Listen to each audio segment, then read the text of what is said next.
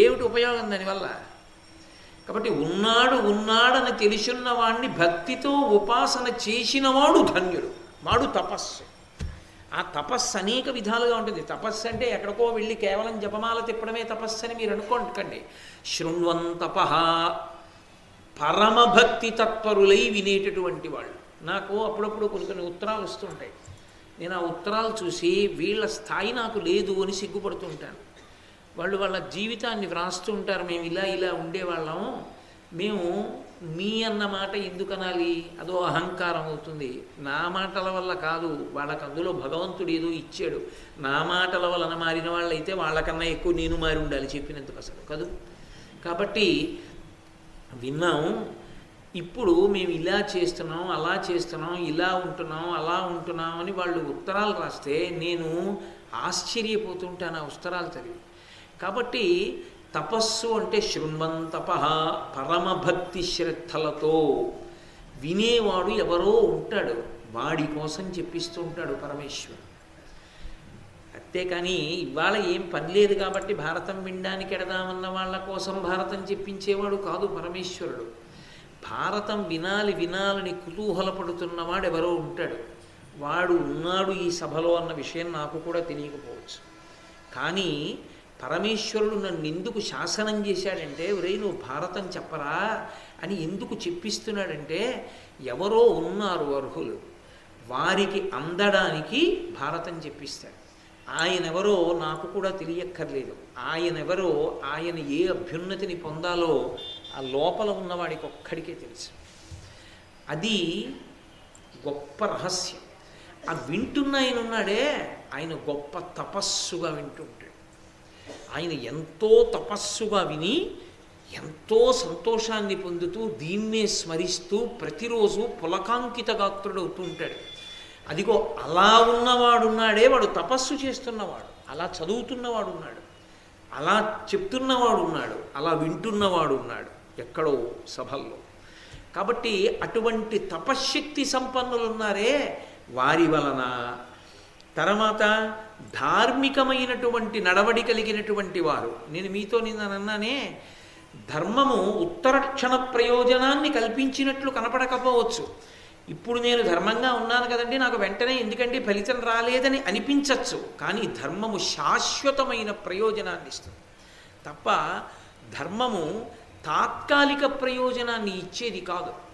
ధర్మం ఎటువంటిది అంటే, ధర్మము కన్న తల్లి వంటి. కన్న తల్లి ఎప్పుడూ రక్షణే, ఆమెకి రక్షణ తప్ప వేరొకటి చేత కాదు. కానీ మిగిలిన వాళ్ళు ఎవరైనా సరే బిడ్డల విషయంలో రక్షిస్తున్నాం అనుకుని పొరపాటు కూడా చేయొచ్చు. కానీ తల్లి దగ్గర అలా ఉండదు, ఆమె ఎప్పుడూ రక్షణ ఒక్కటే చేస్తుంది. ధర్మము శాశ్వత రక్షణనిస్తుంది.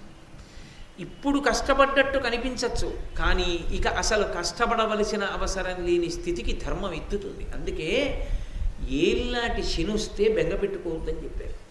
ఏళ్ళనాటి శని ఇచ్చేటటువంటి మహద్భాగ్యం ఏమిటో తెలుసా? గొప్ప ఓర్పునిస్తుంది. భగవంతుడి పాదములు పట్టుకున్న వాడికి శనీశ్వరుడు మహానుభావుడై, శనీశ్వరుడు కాడు, ఈశ్వరత్వం లేదు గ్రహానికి, శనీశ్వరుడు. శనైహి చరహ, మెల్లగా నడుస్తాడు ఆయన, ఎక్కువ కాలం ఉంటాడు. అందుకే ఆయన గొప్ప ఓర్పునిస్తాడు, కష్టాల్ని తట్టుకోగలిగినటువంటి అనుభవాన్ని ఇస్తాడు ఆయన. అందుకే అలా ఎవరు ధర్మమునందు ఊంచుకుని నిలబడ్డారో అటువంటి వాళ్ళ వల్ల ఈ భువనములు నిలబడుతున్నాయి. కాబట్టి ఈ భువనములు నాశనం అయిపోవాలంటే వాళ్ళని చంపేస్తే చాలు. కాబట్టి వాళ్ళని వెతకండ్రా ఎక్కడున్నారో అన్నారు. ఎక్కడుంటారు వాళ్ళు మాకేం అక్కర్లేదని వెళ్ళి అరణ్యాల్లో కూర్చుంటారు. తమ రక్షణ కూడా వాళ్ళు తమ చూసుకోరు. అది విష్ణువు యొక్క తత్వంలో ఉన్న గొప్పతనం. విష్ణు తత్వము యొక్క గొప్పతనం ఏంటంటే, వాడు రాక్షసుడని విష్ణువుకి తెలియక కాదు, అలా తెలియకపోతే ఆయన విష్ణువే కాడు. ఆయనకి తెలుసు వాడు రాక్షసుడు, వాడు తప్పు చేస్తున్నాడని తెలుసు. కానీ ఆయన చంపడం. ఆయన చంపడం అంటే ఏంటంటే, ఆయన ఏం కత్తెట్టుకు రావక్కర్లేదు, ఆయన లోపల నుంచి బయటికి వెళ్ళిపోతే చాలు వాడు పడిపోతాడు. కానీ ఆయన చంపడం. అందుకే ధూర్తులైన వాళ్ళు ఎన్ని ప్రసంగాలైనా చేయగలుగుతున్నారు భగవంతుడికి వ్యతిరేకంగా. కానీ అలా చంపడాయన. ఆయన బాగా ఓరుస్తాడు. ఓర్చి కొంతమంది జోలికి వెళ్ళే వరకు ఊరుకుంటాడు.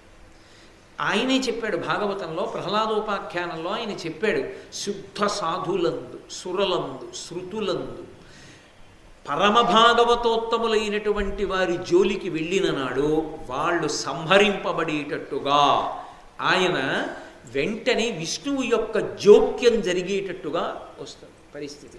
ఆయన జోక్యం చేసుకున్న తర్వాత ఇక వాళ్ళు ఉండరు. అందుకే పెడబుద్ధి బాగా పెరిగిపోయిందని గుర్తు ఏమిటంటే పరమభాగవతోత్తములైన వారి జోలికి ఎడతారు ఆఖరణ. అదే వినాశకాలమునందు పుట్టే విపరీత బుద్ధి. ఏం చేసినా చేయకపోయినా పర్వాలేదు, కానీ పరమభాగవతోత్తములైన వారి జోలికి మాత్రం ఎన్నడూ వెళ్ళకూడదు. అది పరమ సాహసం. కాబట్టి మనం వాళ్ళనందరినీ కూడా ఇబ్బంది పెడదామన్నారు. బయలుదేరారు. వశిష్ఠ మహర్షి యొక్క ఆశ్రమంలోకి వెళ్ళి 197 మందిని చంపేశారు. వేదం చదువుకుంటున్నారు, హోమం చేసుకుంటున్నారు, ధార్మికమైన నడవడి ఉన్నవాళ్ళు 197 మందిని చంపారు.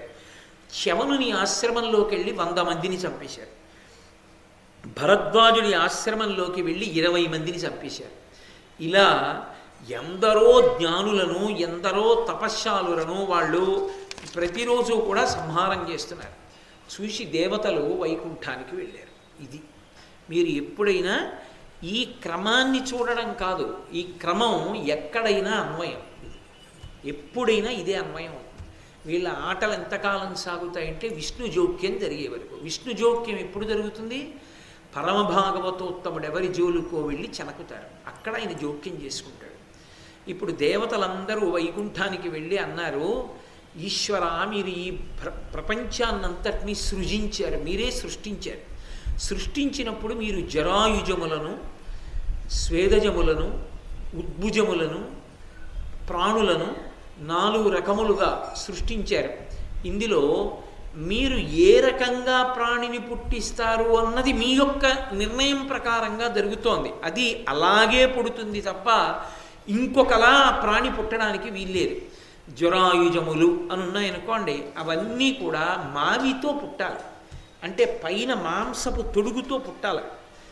అలాగే పుట్టాలని నిర్ణయం అయితే అది అలా కాకుండా ఇంకోలా పుట్టదు, అప్పుడు సృష్టికి విరుద్ధం. అది ఒక ఉదాహరణ చెప్పాలి అంటే, ఒక ఆవుకి దూడ పుడుతుంది, పుట్టినప్పుడు మావితో పుడుతుంది. ఒళ్ళంతా మాంసం దానికి పొర అంటుకుని ఉంటుంది, నిత్తురు ఉండి పుడుతుంది.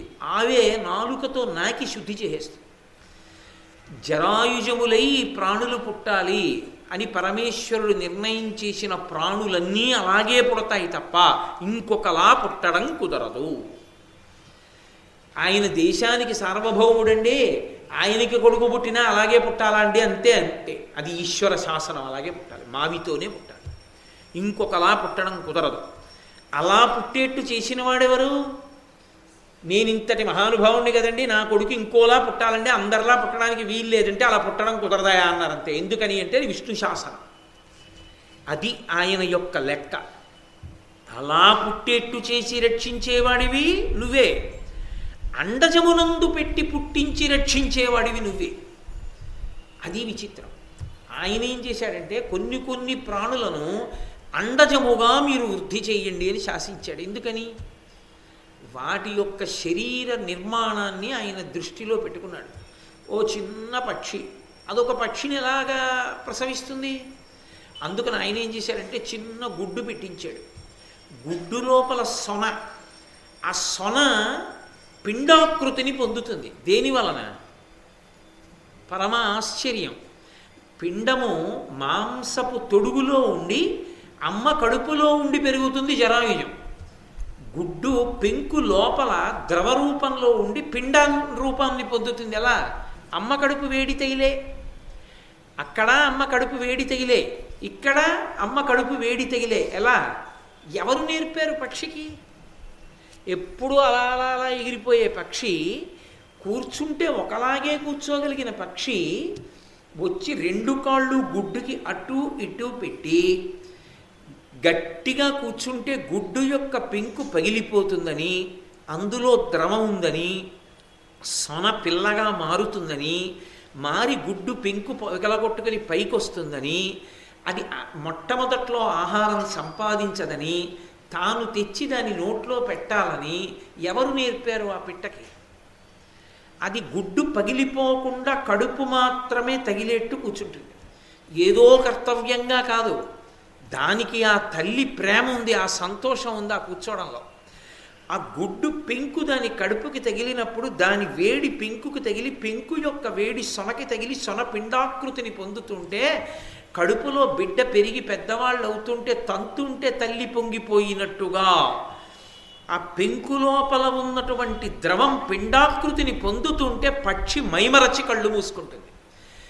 పక్షి గుడ్డుని పొదగడం బొమ్మ గీయగలరేమో, గుడ్డుని పొదుగుతున్నప్పుడు పక్షి పొందుతున్న ఆనందాన్ని బొమ్మ గీయగలరా? గీయలేరు. అది ఒక్క విష్ణువు యొక్క శాసనం, ఆయనకే తెలుసు. అది ఆయన చిద్విలాసం అంటే.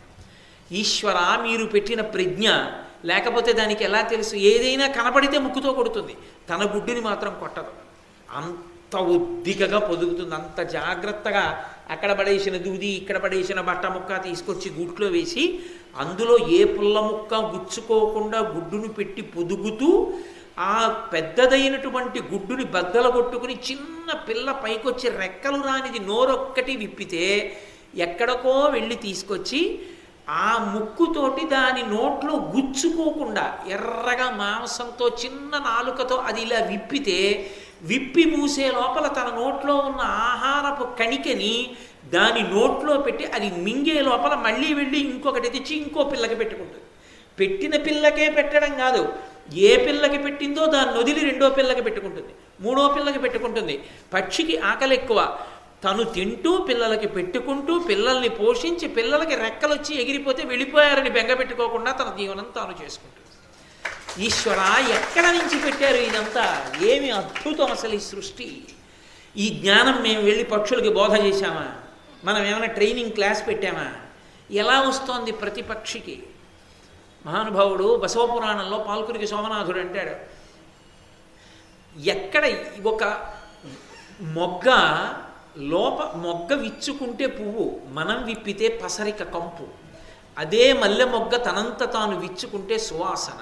ఆమె కన్య, ఏమీ తెలియనిది. పసిపిల్లవాడికి అక్క మల విసర్జన చేస్తే వాడి 2 కాళ్ళు పైకెత్తి పట్టుకుని వాడి అవయవాన్ని తుడుస్తుంటే, అబ్బా అక్క అలా ఎలా తుడుస్తావే అన్న చెల్లి తనకి పిల్లలు పుడితే, ఏమే మరి నన్ను ఆ రోజుల్లో అనేదానికంటే ఏదో అన్నాను కానీ వీడు నా బంగారు తండ్రి అంటుంది. మరి ఒక కన్యలో మాతృప్రేమ ఎలా దాగింది అంటే ఆయన అన్నాడు, మొగ్గలో పువ్వు దాగి ఉన్నట్టు సువాసన దాగి ఉన్నట్టు అన్నాడు. కన్యలోనే తల్లి దాగి ఉంది, అది ఈశ్వర శాసనమైనప్పుడు పరిమళిస్తుంది. కాబట్టి ఈశ్వర జరాయుజములను, అండజములను, స్వేదజములను సృజించారు మీరు. అదో అద్భుతం. అసలు పురుష ప్రాణి లేదు, స్త్రీ ప్రాణి లేదు, రెండిటి మధ్య సమాగమం లేదు. చెమట పడితే చెమటలోంచి పుట్టిందంతే. పేలు చెమటలోంచి పుట్టేస్తాయి, చచ్చిపోతాయి. స్వేదజాన్ని చెమటలోంచి పుట్టిన ప్రాణి ఎక్కడ పుట్టిందో అక్కడే ఆహారం తిని పెరిగి పెద్దదైపోతుందంతే.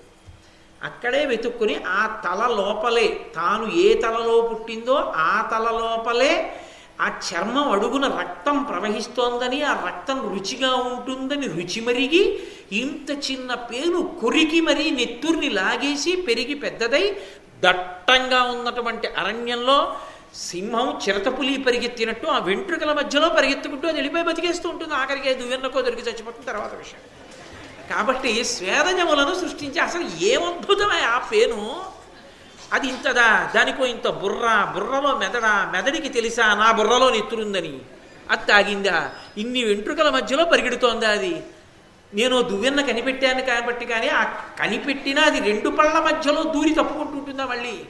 అప్పుడు మళ్ళీ అమ్మ మొట్టికాయ కొట్టి కూర్చోబెట్టి ఇలా ఇలా ఇలా ఇలా వెతికి తీయాలా? అమ్మ పిల్లని చూసి కోతి పిల్ల నేర్చుకున్నాయా? ఏం ఆశ్చర్యం పరమేశ్వర! అసలు ఏమిటి నిర్మాణం? ఓ భగవన్, ఇటువంటి సృష్టికర్త మీరు, ఇటువంటి వ్యూహం మీది. కాబట్టి స్వేదజములను సృష్టించారు, ఉద్భుజములు. అంతకన్నా అద్భుతం. ఎక్కడో ఒక గింజ వచ్చి భూమిలో పడిపోయింది, పడినట్టు మాకు తెలియదు. దాని మీద నీళ్లు పడితే భూమిని చీల్చుకుని మెల్లిగా భూమిలోంచి వివరము పైకొచ్చి అందులోంచి ఒక అంకురం ఇలా వచ్చి 2 బద్దలు వచ్చి అది విచ్చుకుని చిగురుటాకు పుట్టి మెల్లిగా పెరిగి పెద్దదవడమా? అసలు ఎవరు పెట్టిన రూపకల్పన ఇదంతా? ఏమిటి అద్భుతం! ఈశ్వర, ఎన్ని ప్రాణులు ఇలా జరాయుజములుగా, అండజములుగా, స్వేదజములుగా, ఉద్భుజములుగా ప్రాణులను సృజించి పెంచి పెద్ద చేసి లయం చేస్తున్నారా? ఓ హే భగవన్, మీరు చేసినటువంటి ఈ సృష్టిని, ఈ సృష్టిలోని సారాన్ని తెలుసుకోవడానికి సత్వగుణావలంబకులై వేదాన్ని చదువుకుని ఎవరికీ అపకారం చేయకుండా పరమ భాగవతోత్తములై పవిత్ర జీవనాన్ని గడుపుతున్నటువంటి సాధు పురుషుల జోలికొచ్చి కాలకేయాది రాక్షసులు ఎంతో ఇబ్బంది పెడుతున్నారు, ఎందరినో సంహారం చేస్తున్నారు. దీనికి ఇక మార్గం లేదా? ఎందుకని? వాళ్ళు మేం చంపుదామంటే సముద్రం అడుగుకి వెళ్ళిపోతున్నారు. రాత్రి చీకటి పడిపోయిన తర్వాత సముద్రం అడుగు నుంచి పైకి వస్తున్నారు. పైకి వచ్చి అందరినీ చంపేస్తున్నారు. తెల్లవారేటప్పటికి అడుగుకి వెళ్ళిపోతున్నారు. సముద్రం అడుగునున్న వాళ్ళు మాకు ఎలా కనిపిస్తారు? కనిపించరు. కాబట్టి దీనికి పరిష్కారం ఏమిటి? మీరే చెప్పాలని అడిగారు విష్ణువుని. ఆయన అన్నారు వెంటనే, కాలకల్పులు ఉగ్రతేజులు కాలకేయుల భూరి రత్నాలయస్తుల వీర్యవంతుల అర్ణవంబ సమస్త సత్వాళి తోపక వట్టివన్ విషయంబు బగున్ వధింపగా పోలతుండు విధంబునన్ పరిపూర్ణ వార్ధి జలోన్నతిన్. వాళ్ళు కాలకల్పుల నుగ్రతేజుల కాలకేయుల భూరి రత్నాలయస్థుల వీర్యవంతుల అర్ణవంబు సమస్త సత్వాళి తోపక వట్టివన్ విషయంబగున్ వధింపగా పోలతుండు విధంబునన్ పరిపూర్ణవార్ధి జలోన్నతిన్. వాళ్ళు యముడితో సమానమైనటువంటి ఉగ్రతేజస్సున్న వాళ్ళ కాలకేయులు. వాళ్ళంత తేలిగ్గా సంహరింపబడరు. వాళ్ళు ఎదురుగుండా కనపడితేనే కొట్టగలరు మీరు. వాళ్ళు కనపడరు, సముద్రం అడుగునున్నారు. సముద్రం అడుగున ఉన్నటువంటి వాళ్ళు మీకు కనపడాలి అంటే సముద్రంలో ఉన్న నీటిని తాగేయాలి. ఎవరన్నా నీటిని అంతటినీ తీసేయాలి. నీటిని తీసేస్తే ఎక్కడ పోసేస్తారు?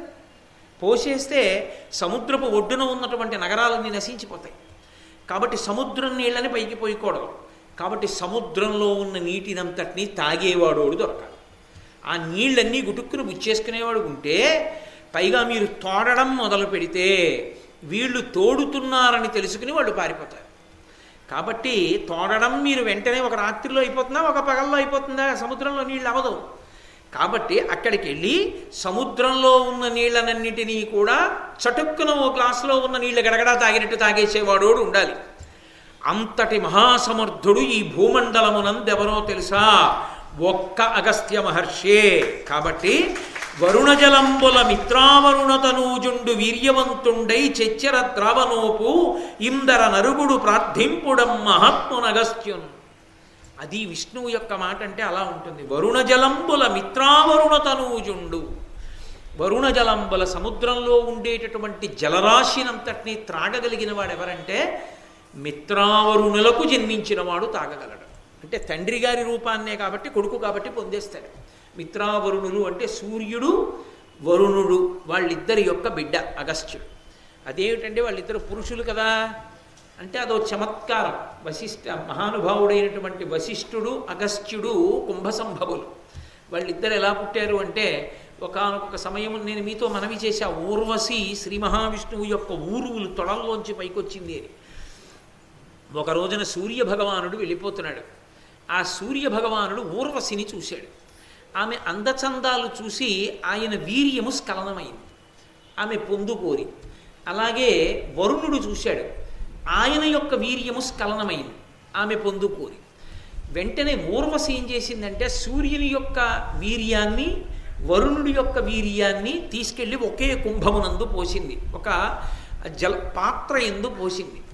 పోస్తే అందులోంచి ఇద్దరు పిల్లలు పైకొచ్చారు. వాళ్ళే కుంభసంభవులు అంటారు. అగస్త్య మహర్షి, వశిష్ఠుడు.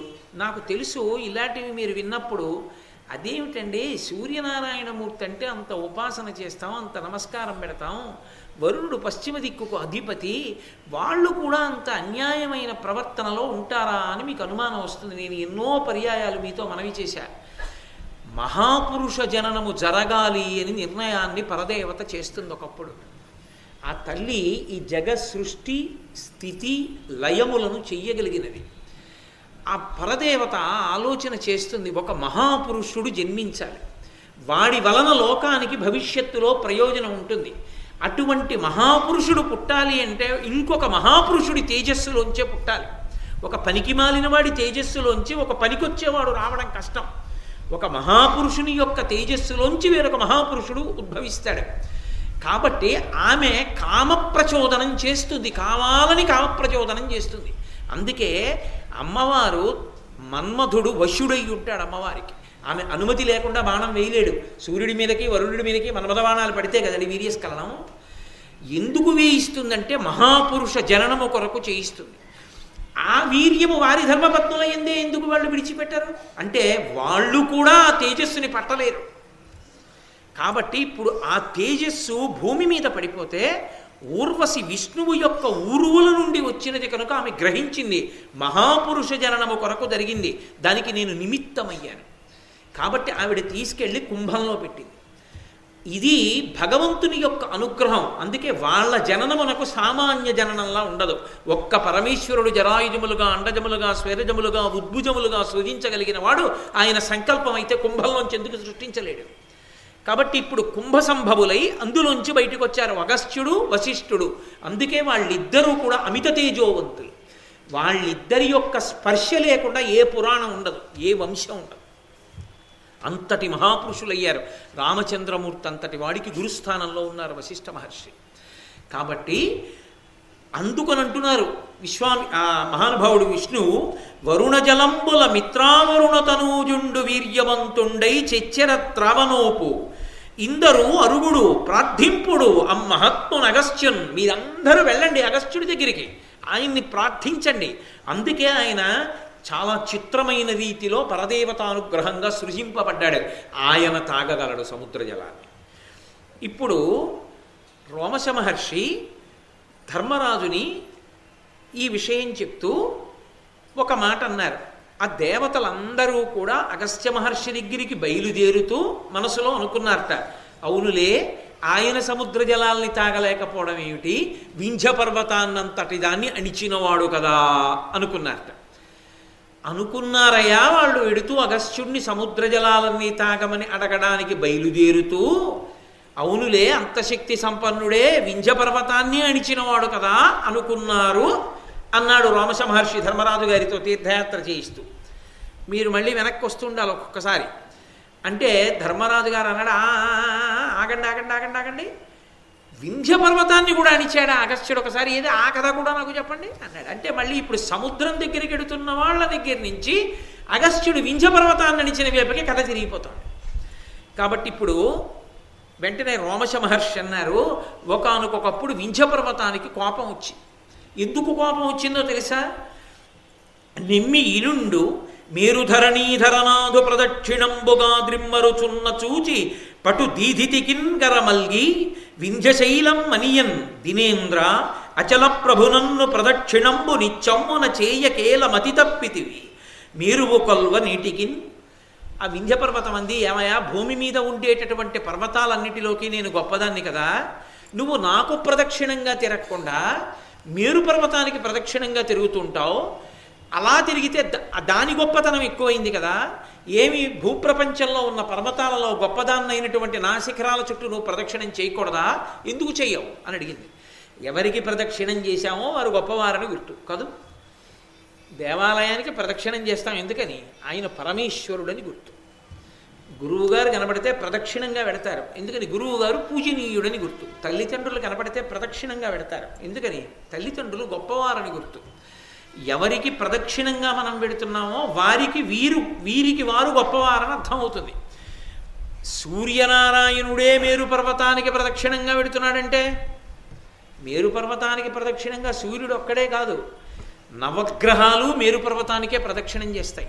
ఇందులో చిత్రం ఏమిటంటే అన్ని గ్రహాలు సవ్య ప్రదక్షిణం చేస్తాయి, ఒక్క రాహుకేతువులు మాత్రం అపసవ్య ప్రదక్షిణం చేస్తారు.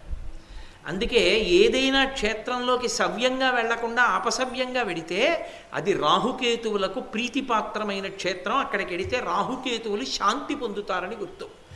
అందుకే మీరు ఏ క్షేత్రంలోకి వెళ్ళండి సవ్యంగా వెడతారు. అంటే సవ్యంగా అంటే ఎడంచేతి పక్క నుంచి తిరిగి లోపలికి వెడతాం. ఒక్క శ్రీకాళహస్తి క్షేత్రంలోకి ప్రవేశించినప్పుడు మాత్రం అపసవ్యంగా వెడతాం. అలా ఎందుకు పెడతారంటే అక్కడ రాహుకేతు పూజలు ఉన్నాయి, ఆ క్షేత్రంలో రాహుకేతువులు ప్రీతి పొందుతారు.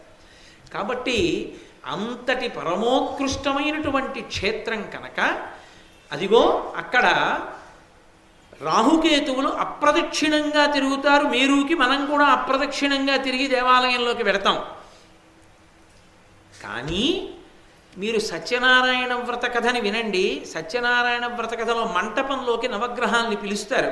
నవగ్రహాల్ని పిలిచినప్పుడు చదివేటటువంటి శ్లోకాలు జాగ్రత్తగా వింటే మీకు అర్థమవుతుంది. సూర్యుడి దగ్గర నుంచి పిలుస్తారు. పిలుస్తున్నప్పుడు చెప్తారు, మేరువుకి ప్రదక్షిణంగా వస్తున్నాడు, అదుగో ఎర్రటి బట్టలు కట్టుకుని ఎర్రటి మాలలు వేసుకుని ఫలానా రథ పతాకములతోటి, దానితో పాటుగా ఆయన మిగిలినటువంటి దేవతలతోటి కలిసినటువంటి వాడై భార్యా బిడ్డలతో వస్తున్నాడంటే, ఆ వచ్చినటువంటి వాడిని కూర్చోమనడానికి భార్య చెక్క అక్షత డబ్బు ఇస్తే ఆవాహయామి స్థాపయామి పూజయామి అని అక్కడ పెడితే వచ్చి ఆ మంటపంలోకి వాళ్ళు దిగుతారు. ఆ విమానం దిగి కూర్చుంటుంది. అందుకే మంటపాన్ని అలా వేసి పిలుస్తారు. ఒక్క రాహుకేతువుల్ని పిలిచినప్పుడు మాత్రం అప్రదక్షిణంగా వస్తున్నారు మేరు పర్వతానికి అని పిలుస్తారు. కాబట్టి సూర్యుడు మేరు పర్వతానికి ప్రదక్షిణం చేసి తిరుగుతూ ఉంటాడు. వింధ్యుడికి అందుకు కోపం వచ్చింది, నా చుట్టూ ఎందుకు తిరగవు నువ్వు అన్నాడు. అంటే సూర్యుడు అన్నాడు, అనవరతము విధియోగంబున ఏ ద్రిమ్మరుదు అమరభూధరము ప్రియంబున ఆత్మీచ్ఛయనర్పగా చనదపుడు అలిగి వింధ్యశైలంబంతన్. ఏమయ్యా, నేను మేరు పర్వతానికి ప్రదక్షిణం చేస్తున్నటువంటి మాట వాస్తవమే, కానీ నేను అలా ఎందుకు తిరుగుతూ ఉంటానో తెలుసా? అనవరతము విధియోగంబున ఏ ద్రిమ్మరుదు. బ్రహ్మగారి యొక్క ఆదేశం అది. సృష్టి ప్రారంభంలో సూర్యుడు ఇలా తిరగాలి అని ఆయన నిర్ణయం చేశాడు. ఆయన ఎలా నిర్ణయం చేశాడో నేను అలాగే తిరగాలి. అందుకని నేను అలాగే తిరుగుతాను. నీ మీద తక్కువని కాదు, ఆయన మీద ఎక్కువని కాదు. బ్రహ్మగారు ఎలా చెప్పారో అలా తిరగాలి. నదులకి మార్గాలు ఉంటాయి, అవి బ్రహ్మగారు నిర్ణయం చేశాడు ఇలా వెళ్ళాలని. నది ఆ మార్గంలోనే వెడుతుంది బ్రహ్మగారిని గౌరవించి. కాబట్టి నేను ఆ మార్గంలో వెళ్ళాలి తప్ప ఇంకో మార్గంలో నేను వెళ్ళకూడదు. కాబట్టి అలా వెడుతుంటానయ్యా నేను. అందుకని నీకు ప్రదక్షిణం చేస్తూ వెళ్ళడం నాకు కుదరదు అన్నారు. అంటే వింధ్య పర్వతానికి కోపం వచ్చింది. నాకు ప్రదక్షిణం చేయవా అనేది తిన్నగా పెరిగిపోయి ఆకాశాన్ని స్పృశిస్తూ నిలబడిపోయింది. ఇక సూర్యచంద్రుల యొక్క గమనానికి అడ్డొచ్చింది. అడ్డొస్తే ఇక సూర్యచంద్రుల యొక్క గతులు లేవు. గతులు లేకపోతే రేయింబవళ్ళు ఋతువులు ఇవేమీ ఏర్పడడం మానేసాయి. లోకంలో చీకటి పగలు ఈ రెండిటి యందు అవ్యవస్థ ఏర్పడింది. అప్పుడు అందరూ సృష్టి క్రమానికి విఘాతం వచ్చింది. బ్రహ్మగారు చేసిన సృష్టి గతి తప్పిపోయింది. ఎక్కడ ఎవరు పగలు చెప్పాలో రాత్రి చెప్పాలో తెలియనటువంటి పరిస్థితి అంకురించింది. అందుకని దేవతలందరూ కలిసి మళ్ళీ వెళ్ళి బ్రహ్మగారిని ప్రార్థించారు. ఎలాగా అని ఆయన అన్నాడు, అగస్త్యుణ్ణి ప్రార్థించండి, ఆయన దీనికి పరిష్కారం చేస్తాడని. గబగబా అగస్త్య మహర్షి దగ్గరికి వెళ్ళారు. అయ్యా, మీరే దీనికి పరిష్కారం చేయాలి, మీరేమీ బెంగ పెట్టుకోకండి, నేను పరిష్కారం చేస్తాను అన్నారు. అంటే దేవతలు ఆయన దగ్గరికి వెళ్ళి, భువన వ్యవహారంబునకు వ్యవధానం బయ్య వింజవర్ధనమున అద్దివసకర రజనికర గతులు అవిహితమగునట్లు చేయు అమరమునీంద్ర. సూర్యచంద్రుల యొక్క గతులు మళ్ళీ ప్రకాశించేటట్టుగా చెయ్యవలసింది, లోకాల యొక్క వ్యవస్థని నిలబెట్టు అని ప్రార్థించారు. ప్రార్థిస్తే అగస్త్య మహర్షి దక్షిణ దిక్కుకి లోపాముద్రతో కలిసి యాత్రకి వెడుతున్న వాడిలా వెళ్ళాడు. అగస్త్యుణ్ణి చూడగానే వింధ్యపర్వతానికి కూడా భయమే. మహానుభావుడు వస్తున్నాడు, కొంచెం పొట్టిగా ఉంటారు అగస్త్య మహర్షి. ఆయన ఇంత ఎక్కి ఎక్కడ దిగుతారు, తప్పు కదా, నేను తలెత్తి ఆయన ముందు నిలబడకూడదని గబగబా తన శిఖరములను ఉంచి నమస్కరించి ఆయన చాలా సంతోషించి, చనియత దక్షిణ దిశకే నేనొనరగా తెరువిమ్ము నాకు ఉర్వీధర నీ వనవడునట్టుల చేయుదునని పెరుగుట యుడిగి వింధ్యమతి వినయముతో.